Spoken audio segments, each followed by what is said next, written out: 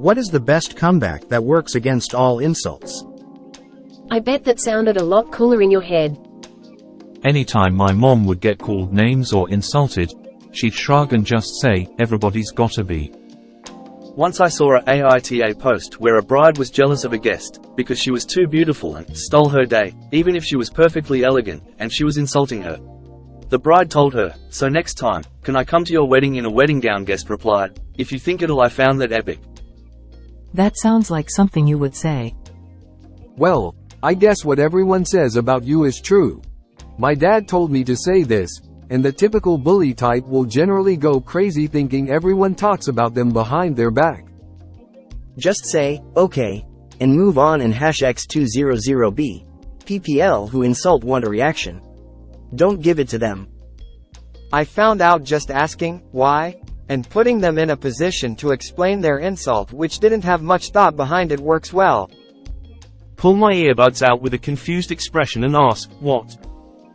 Hold a stare and blank face for at least 3 seconds, and then ask in a concerning tone, "Are you okay?"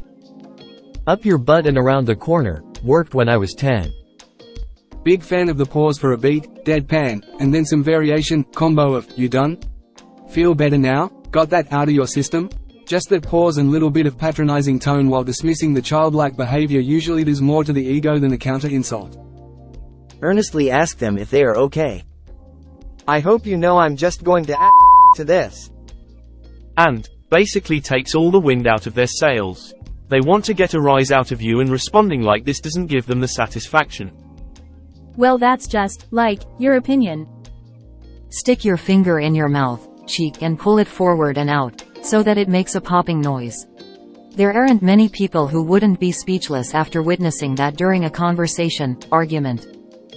Just laugh out loud. If someone's trying to make you mad, acting like nothing they said matters to you in the least, and their best attempts at making you feel bad or laughable will really take the wind out of their sails. I've done it. It's immensely satisfying. I envy the people that don't know you. Ozzy here, you guys are overthinking this, let me help. Stop bullying me, you're gonna make me. Your mother should have eaten you while your bones were still soft. Edit. This isn't even funny. Bold words for a man in. It's easy, guys. Just repeat what they've said back, but in a high-pitched sarcastic find works especially well in customer service when dealing with tricky complaints. My dad told me to respond to bullying by saying, "Sorry about your family," and walk away, looking very sympathetic and sad. Like you understand and it's okay. I've caused a few breakdowns for sure. Yeah? Well, the store called, and they're running out of you. I don't get why that's funny. Can you explain it to me? As soon as they start talking, I was just kidding, I don't actually care what you. You want my comeback? You'd have to wipe it off your mom's teeth, Jimmy Carr. First of all, brush your teeth or, okay, eyebrows. Your mother was a hamster and your father smelled of elderberries. I always respond, "I've been called worse," and continue with my day. If I'm feeling smug, I'll add, "I better." I like this one actually. I feel like it's the least argumentative comeback here. Deflecting people or responding with a witty thing can just rile them up. Source: Psycho Family, as they take it the same way as being ignored.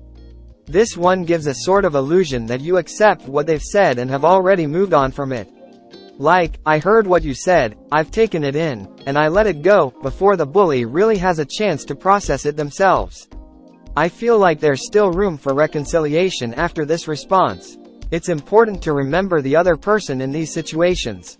Not because we should be empathetic towards their abusive choices, but because we should be empathetic towards their lead-up emotions.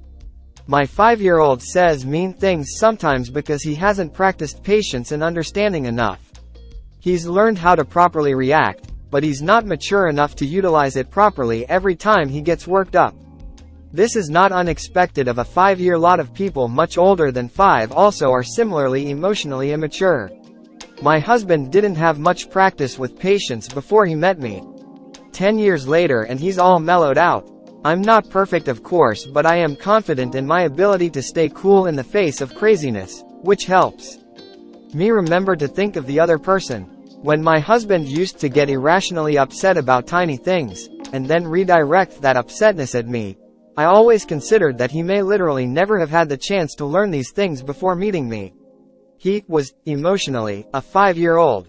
I can't expect greatness until he's had the opportunity to learn how to be great in the first place.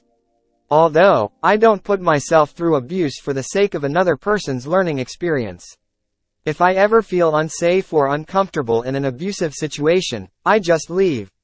That's with my 5-year-old and my husband. I always tell my son, you've got a little body, but huge emotions, so sometimes they spill out a little bit.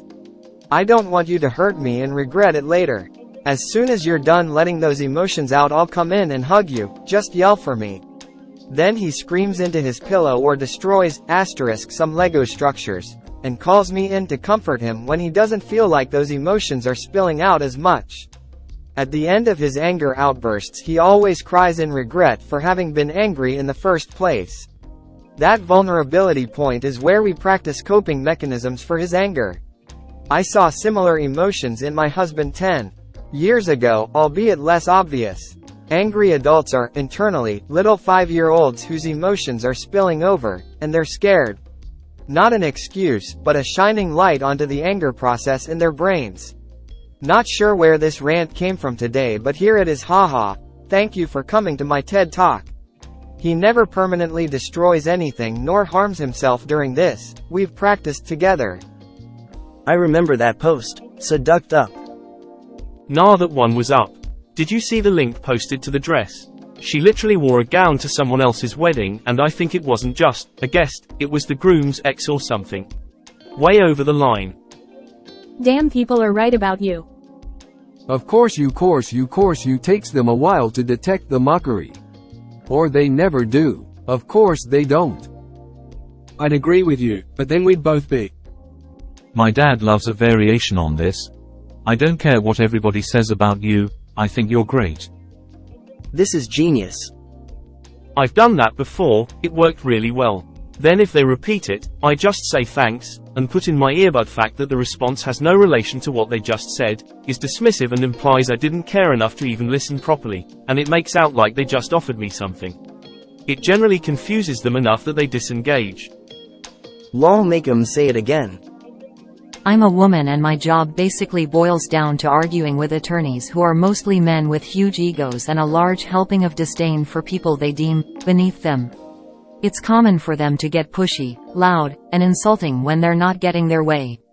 That was intimidating at first, but now I look forward to it because it gives me an opportunity to use my favorite line.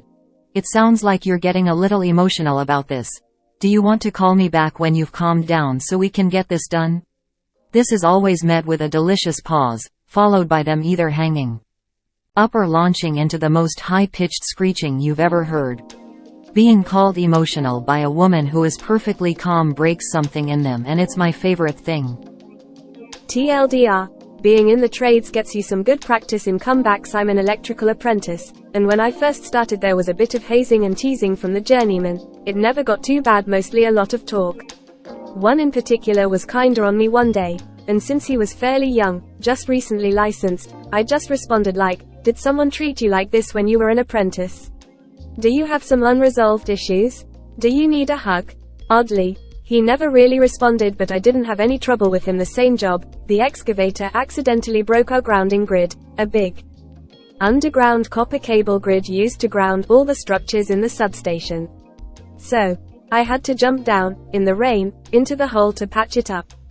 It was wet and muddy, but I was wearing a full rain suit. Another, older, journeyman who was my foreman and had worked for my father more than once made a sarcastic remark along the lines of, "We should take a picture, wouldn't your daddy be proud?" I just looked up at him and said, "Well, I'm doing my job, I'm doing it well, and I'm not complaining about it." Yeah, he likely would be. I also had another apprentice yell at me, "Stop talking to me like I'm a moron," to which I responded, "Stop talking to me like you're a I did kinda provoke him, but he was being really dense. Yes, and ask them to say it again slower and in a huskier voice. Okay also works pretty well. It has the same exact affect as and can even be paired together to form, okay, and. I once got punched in the face by a guy who had started trying to bully me in 7th grade.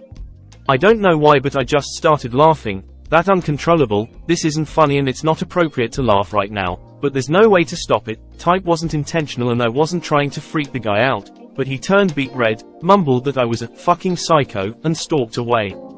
He wouldn't even make eye contact with me through the end of high school, so that worked out well. Aussie here. Depending who you say this to, you might M off and have M going, oh you wanna go.